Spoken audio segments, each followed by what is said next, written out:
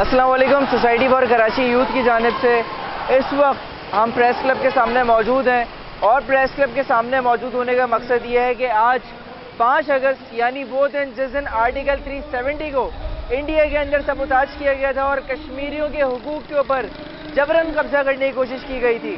Society for Karachi youth اس وقت پاکستان کے اندر موجود اور بالخصوص کراچی کے اندر موجود دیگر ایسی آرگنائزیشنز کے ہمراہ یہاں پر موجود ہے جو کہ کشمیریوں کی آواز کے لیے اپنی جو ہے وہ رائے کو بلند کر رہے ہیں. ہم بھی یہاں پر موجود ہیں اور اپنا احتجاج پرامن احتجاج ریکارڈ کرا رہے ہیں.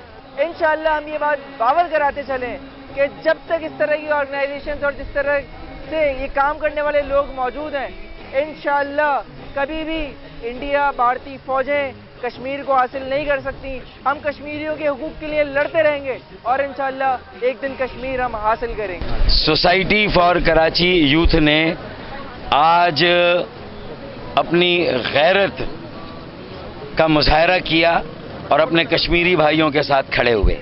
میں انہیں زبردست خراج تحسین پیش کرتا ہوں.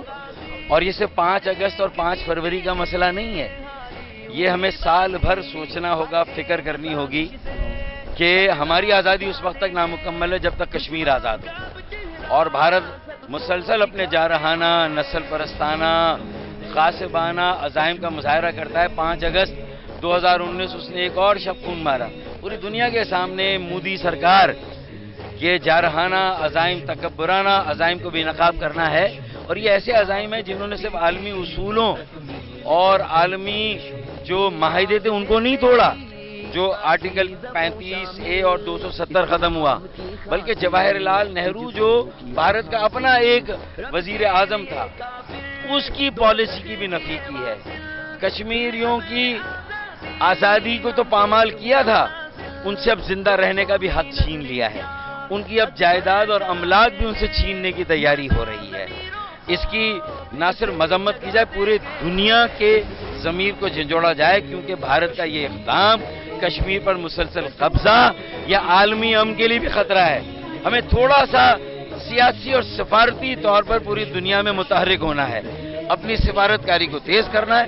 اپنے سمندر پر پاکستانی اور جو طالب علم باہر زیر تعلیم ہے وہ دنیا کے دارالخلافوں میں جائیں، تھنک ٹینک میں جائیں، میڈیا میں جائیں اور وہاں کے بڑے سیاسی لوگوں سے ملے اور انہیں آگاہ کریں کہ یہ مسئلہ صرف پاکستان اور اس خطے کے مسلمانوں اور کشمیریوں کا نہیں، یہ ایک انسانی مسئلہ ہے اور یہ ایک عالمی مسئلہ ہے اور پوری دنیا کو اسے حل کرانے کے لیے اپنا کردار ادا کرنا ہوگا.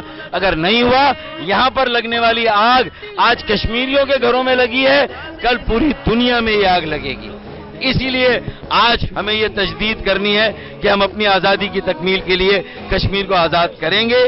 کشمیر بنے گا، ہم لے کے رہیں گے، ہم لے کے رہیں گے. تمہیں دینی پڑے گی، تمہیں دینی پڑے گی. بہت شکریہ. کشمیر لے لیں گے، کشمیر لے لیں گے، کشمیر لے لیں گے.